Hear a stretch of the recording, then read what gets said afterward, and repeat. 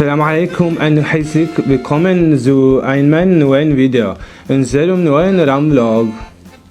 Schön, dass ihr wieder dabei seid. Heute geht es für uns auf eine spannende Reise nach Deutschland. Wir freuen uns darauf, euch mitzunehmen und hoffen natürlich, dass ihr jede Minute dieses Video genießen werdet. Lachen auch zurück und wir Spaß beim Zuhören.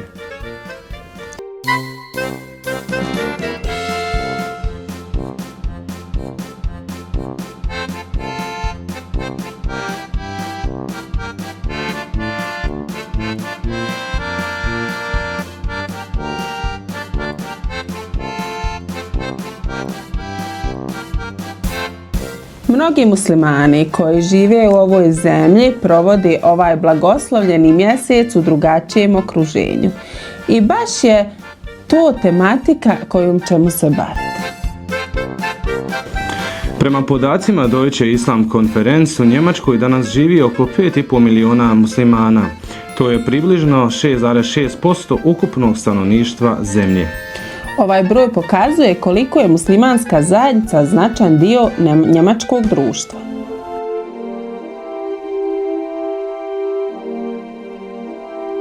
Kada je riječ o mjestima ibadeta, džamijama i zajednicama, situacija je nešto kompleksnija.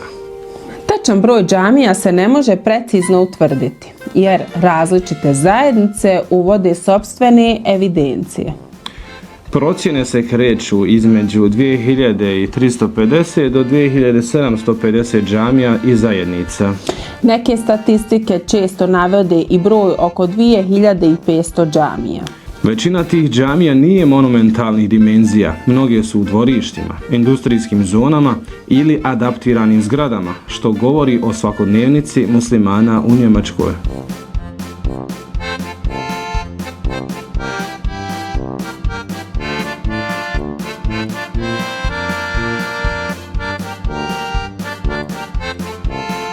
Zajednica muslimana u Njemačkoj je vrlo raznolika. Dolaze iz različitih zemalja. Turske, Bliskog istoka, Sjeverne Afrike, bivše Jugoslavije i nose sa sobom brojne tradicije, jezike i običaje. Ta raznolikost znači da Ramazan u Njemačkoj ne izgleda isto u svim džematima. Neki poste i iftare slave po turskim običajima, drugi po arapskim, treći uz balkanski šmek i to daje posebnu ljepotu zajedništvu.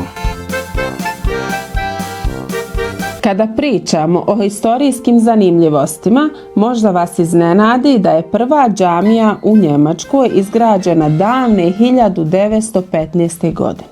Radi se o Winsdorfer džamija u Bredenburgu koja je nastala po zahtjevu tadašnjeg istanbulskog muftije.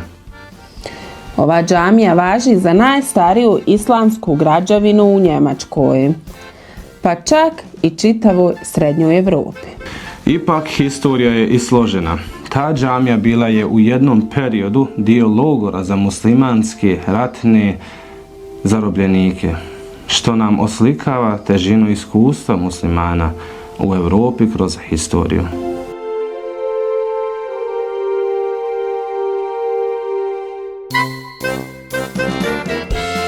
Među organizacijama u Njemačkoj jedna od najvećih je DITIB, Tursko-islamska zajednica koja ima stotine džemata širom zemlje.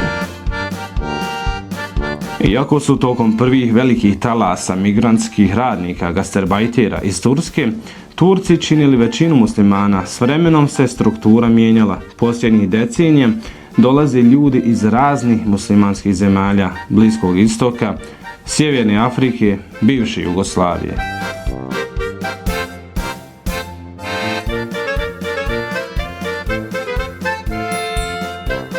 Mladi prosjek starosti muslimana je oko 32 godine, pokazuje da je muslimansko stanovništvo u Njemačkoj mlađe u odnosu na njemačko opšte stanovništvo. što implicira da se radi o demografski aktivnoj zajednici sa djecom i porodicama.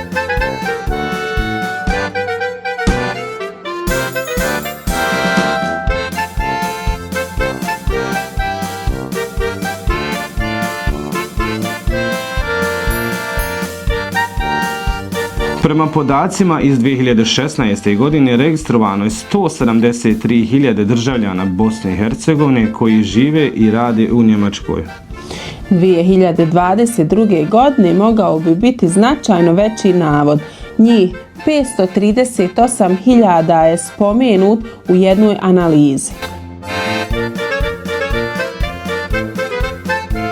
U Njemačkoj se Ramazan sve više vidi javno. U nekim gradovima ulice ili centralne zone bivaju dekorisane prirodnim osvjetljenjem i natpisima.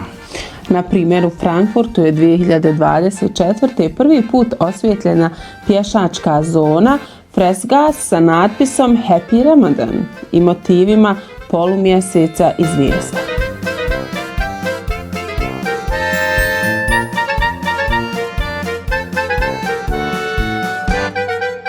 Nekada iftari nisu bili javna stvar, ali danas mnoge muslimanske organizacije pozivaju i nemuslimane da prisustvuju. To doprinosi većoj interkulturalnoj i međureligijskoj suradnji.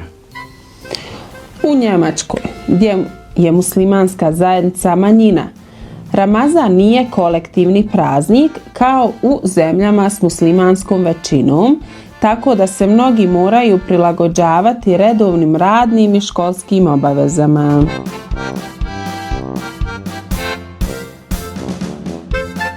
Većina javnih institucija radi normalno, a post i molitve se uklapaju u svakodnevnicu. U Kelnu je dozvoljeno da se ezan pušta sa džamija petkom. U mnogim firmama i džematskim centrima održavaju se zajednički iftari, ponekad i pod šatorima zbog gužvi. U Berlinu u četvrtima Neukölln i Kreuzberg stotine ljudi jedu zajedno na otvorenom. Njemci i muslimani zusammen, together, zajedno. Supermarketi poput Lidla i Reve imaju posebne ramazanske police sa hurmama, halal mesom, baklavama i somunima.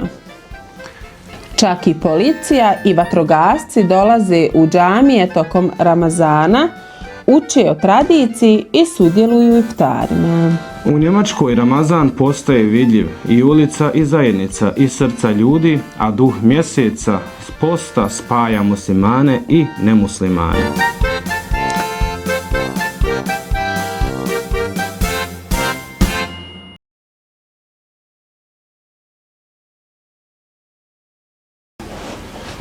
Vielen Dank, das ist unser Video gehabt. Morgen nehmen wir auch mit in ein neues Land. Also bleibt dabei und reist mit uns durch die Welt. Vergesst nicht, unseren zu abonnieren an das Video. Also, sehen Sie die Ansicherung zu liken. Tschüss. Auf Wiedersehen.